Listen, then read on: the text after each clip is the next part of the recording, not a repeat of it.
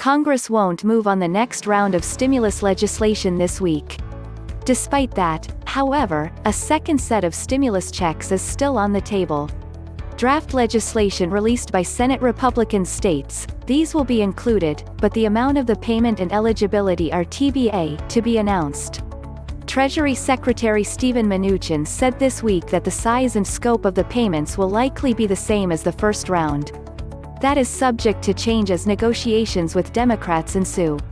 Those checks were up to $1, $200 per individual or $2, $400 per married couple, plus $500 for dependents under 17.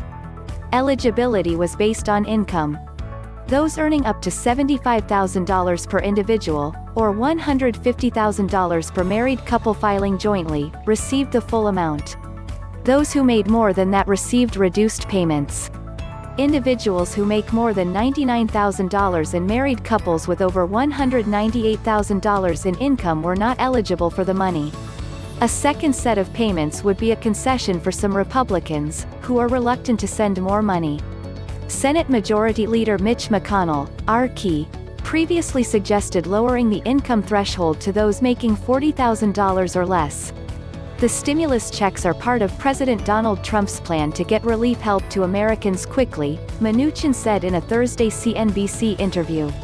While the president still likes the idea of a payroll tax cut, more direct payments would get money to people sooner, Mnuchin said. The president's preference is to make sure that we send out direct payments quickly so that in August, people get more money, Mnuchin said. The timing of the money will depend first on how quickly negotiations on Capitol Hill are finalized. Congress passed the CARES Act, which authorized the first round of cash, in late March.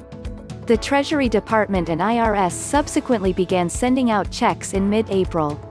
Those who were first in line for those payments had their direct deposit information on file with the IRS via their 2018 or 2019 tax return. Some people could receive the money sooner the second time around.